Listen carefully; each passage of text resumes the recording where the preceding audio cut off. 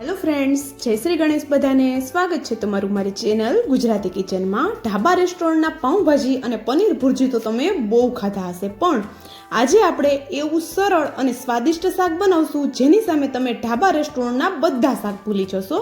અને જો ઘરે કોઈ મહેમાન આવ્યા હોય અને ઘરમાં કોઈ વધારે શાક ન હોય તો બજારેથી પાઉંભાજી અને પનીર ભુરજી મગાવવાની બદલે આ શાક તમે ઘરે બનાવી શકો છો અને બ્રેડ કે પાઉં સાથે એન્જોય કરી શકો છો.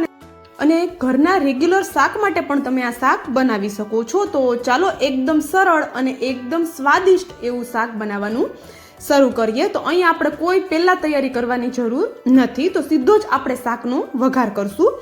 તો શાકના વઘાર માટે આપણે અહીંયા એક વાસણ લીધું છે, એમાં આપણે 1 થી 1.5 ચમચો જેટલું તેલ લીધું છે.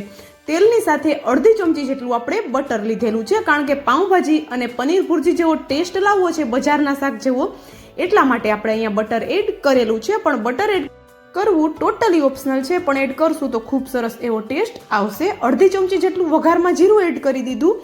જીરું સરસ એવું ફૂટી જાય એટલે 1 ચપટી જેટલી હિંગ એડ કરી દઈએ. અને અહીંયા 2 મીડિયમ સાઇઝની ડુંગળી, જેને આપણે ચોપરમાં ચોપ કરીને આવું ઝીણું ઝીણું એને કટ કરી લેવાનું છે. અને એને પણ આપણે વઘાર સાથે એકદમ સરસ એવી મિક્સ કરી લેવાની છે.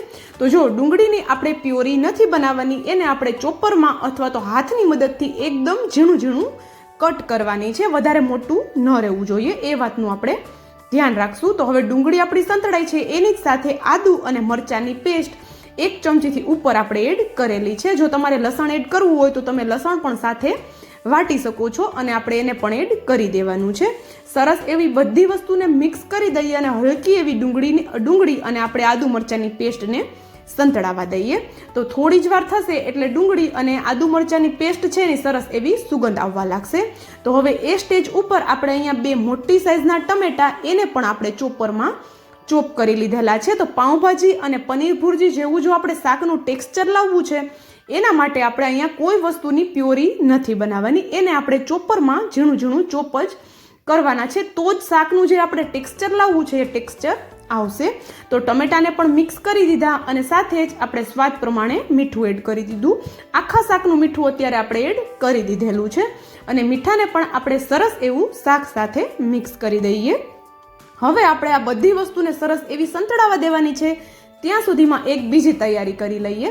તો જો અહીંયા 3 થી 4 ચમચી જેટલું મેં મીડિયમ ખાટું દહીં લીધું છે. દહીં વધારે ખાટું ન હોવું જોઈએ, કારણ કે આપણે ટમેટા પણ લીધેલા છે. અને અહીંયા દહીંમાં થોડા મસાલા કરીએ. તો મસાલામાં મેં સ્વાદ પ્રમાણે મીઠું એડ કરી દીધું. મીઠું થોડું ઓછું લાગતું હતું એટલે મેં થોડું અહીંયા પાછળથી એડ કરેલું છે. અને મીઠું આપણે અત્યારે દહીંના ભાગનું જ એડ કરવાનું છે, કારણ કે શાકનું મીઠું આપણે એડ કરી દીધેલું છે. 1 ચમચી જેટલું આપણે ધાણા જીરું પાવડર એડ કરી દઈએ અને 1 ચમચી જેટલું આપણે અહીંયા લાલ મરચું પાવડર એડ કરેલો છે. તો જો લાલ મરચું પાવડર તમારે કેટલું તીખું જોવે છે એ પ્રમાણે તમે એડ કરી શકો છો. અડધી ચમચી જેટલી હળદર એડ કરી દઈએ અને 1 મોટી ચમચી જેટલી આપણે અહીંયા કસૂરી મેથી એડ કરવાની છે. તો આ રીતે હાથેથી મસળી અને આપણે એડ કરી દેવાની છે. કસૂરી મેથી ન હોય તો તમે સ્કીપ કરી શકો છો.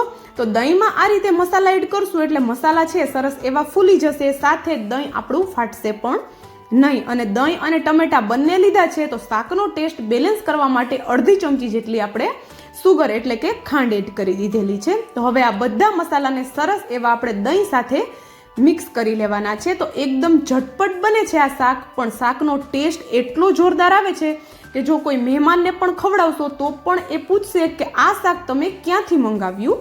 કોઈ કહી જ નહીં શકે કે આ ટેસ્ટીવાળું શાક આપણે ઘરે બનાવીને તૈયાર કર્યું છે, એ પણ એકદમ ઇઝીથી માત્ર 5 થી 10 મિનિટમાં.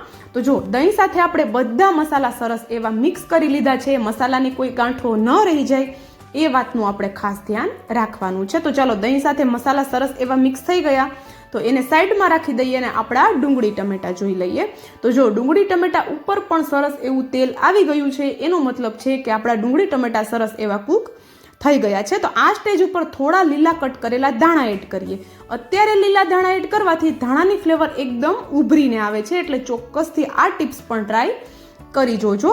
અને ધાણા એડ કરી દીધા પછી આપણું મસાલાવાળું દહીં એડ કરી દઈએ. અને દહીં એડ કરતી વખતે ગેસની ફ્લેમ કાં તો બંધ કરી દેવાની છે અને કાં તો સ્લો કરી દેવાની છે. દહીં એડ કરી દીધા પછી એકદમ ઝટપટ આપણે એને 1 થી 2 મિનિટ માટે મિક્સ કરતા રહેવાનું છે, જેથી કરીને દહીં છે એ આપણું ફાટે નહીં. આમ તો મસાલા એડ કરી દીધેલા છે દહીંમાં, એટલે દહીંની ફાટવાની ઓછી બીક છે. અને દહીંને એકદમ સરસ એવું મિક્સ કરી દીધા પછી ફરી પાછી આપણે ગેસની ફ્લેમ હાઈ કરી દેવાની છે. અને આ દહીંનો સરસ એવો કલર ચેન્જ થાય અને ઉપર તેલ આવી જાય ત્યાં સુધી આપણે દહીંને પણ કૂક કરવાનું છે, જેથી કરીને પ્રોપર દહીં કૂક થશે તો એની સ્મેલ નહીં આવે, કાચો જેનો ટેસ્ટ હોય છે નહીં આવે. તો જો અહીંયા થોડી વાર થઈ એટલે દહીં આપણી ગ્રેવી છે એની ઉપર સરસ એવું તેલ આવી ગયું છે, તો આપણે એને એક વખત મિક્સ કરી લઈએ. અને અત્યારે શાકનો કલર તમે જોઈ શકો છો એકદમ જોરદાર આવ્યો છે. તો હવે આપણે અહીંયા ગ્રેવી છે એ પરફેક્ટ બનીને તૈયાર થઈ ગઈ છે અને શાકનું ટેક્સચર પણ તમે જોઈ શકો છો. પણ હજુ આપણું આ શાક બની નથી ગયું, આપણે હજુ એક વસ્તુ આમાં એડ કરવાની છે. તો જો અહીંયા સરસ એવું આપણે અહીંયા શાકની ઉપર તેલ આવી ગયા પછી એમાં આપણે અડધો કપ જેટલું પાણી એડ કરશું. તો વધારે પાણી એડ કરવાની જરૂર નથી, બસ નાની જે આપણા ઘરમાં વાટકી હોય છે અડધી વાટકી જેટલું મેં અહીંયા પાણી એડ કરેલું છે અને ગરમ પાણી આપણે એડ કરવાનું છે. તો અહીંયા પાણી છે આપણું સરસ એવું ઉકળે ત્યાં સુધીમાં આપણે અહીંયા અડધો કપ જેટલા જે પાપડી હોય છે, જે આ પાપડી ગાંઠિયા, અમારી સાઈડ આને પાપડી ગાંઠિયા કહેવામાં આવે છે. તો આ જે પાપડી છે એ આપણે લીધેલા છે અને આપણે એને સરસ એવો ચૂરો કરી લઈએ. આપણી ગ્રેવી ઉકળે છે ત્યાં સુધીમાં આપણે આ પ્રોસેસ કરી લેવાની છે, અથવા તો પહેલેથી પણ તમે કરીને રાખી શકો છો. અને હા, જો તમે અત્યાર સુધીનો વિડીયો જોયો હોય અને એમાં તમને થોડી પણ કંઈક મારી મહેનત પસંદ આવી હોય તો પ્લીઝ વિડીયોને એક લાઇક, અને જો ચેનલ પર નવા હોય તો જલ્દીથી ચેનલને સબસ્ક્રાઈબ કરી દેજો અને સાથે જ બાજુમાં આપેલા બેલને પણ પ્રેસ કરી દેજો, જેથી કરીને આવી જ નવી નવી રેસીપીની નોટિફિકેશન તમારા સુધી પહેલાં આવે. તો જો અહીંયા આપણે એકદમ ઝીણો ઝીણો આનો પાવડર એના પીસીસ કરીને રેડી કરવાના છે. તો તમે જોઈ શકો છો વિડીયોમાં કે એકદમ નાના નાના મેં એના ટુકડા કરી લીધા છે. અને ત્યાં સુધીમાં પાણી પણ આપણું ઉકળી ગયું હતું. તો એમાં આપણે ઉપર આ રીતે જે ગાંઠિયાના નાના નાના ટુકડા છે એને આવી રીતે છાંટી દેવાના છે. 1 મિનિટ જેવું આપણે એને મિક્સ નથી કરવાનું અને 1 મિનિટ પછી આપણે એને સરસ એવું મિક્સ કરી લઈશું અને થોડી વાર માટે કૂક થવા દઈશું, એટલે કે 1 થી 2 મિનિટ માટે કૂક થવા દઈશું. 1 થી 2 જ મિનિટ થશે ત્યાં એકદમ સરસ એવું શાકની ઉપર તેલ આવી જશે અને શાક છે એકદમ જોરદાર એવું દેખાવા લાગશે. લાસ્ટમાં અડધી ચમચી જેટલો ગરમ મસાલો એડ કરેલો છે. અને આ શાક બનાવતી વખતે એક જ વાતનું ધ્યાન રાખવાનું છે કે પાણી વધારે એડ નથી કરવાનું, કારણ કે આપણે જે પાપડી એડ કર્યા છે એ એકદમ જલ્દીથી સોફ્ટ થઈ અને એકદમ ભેગા ભેગા ન થઈ જાય એ દેખાય એ રીતે આપણે શાકને રાખવાનું છે, એટલા માટે પાણીને ઓછું એડ કરશું. તો જો અહીંયા એકદમ સરસ એવું શાક ઉપર તેલ આવી ગયું છે અને શાકનો કલર પણ એકદમ જોરદાર આવી ગયો છે.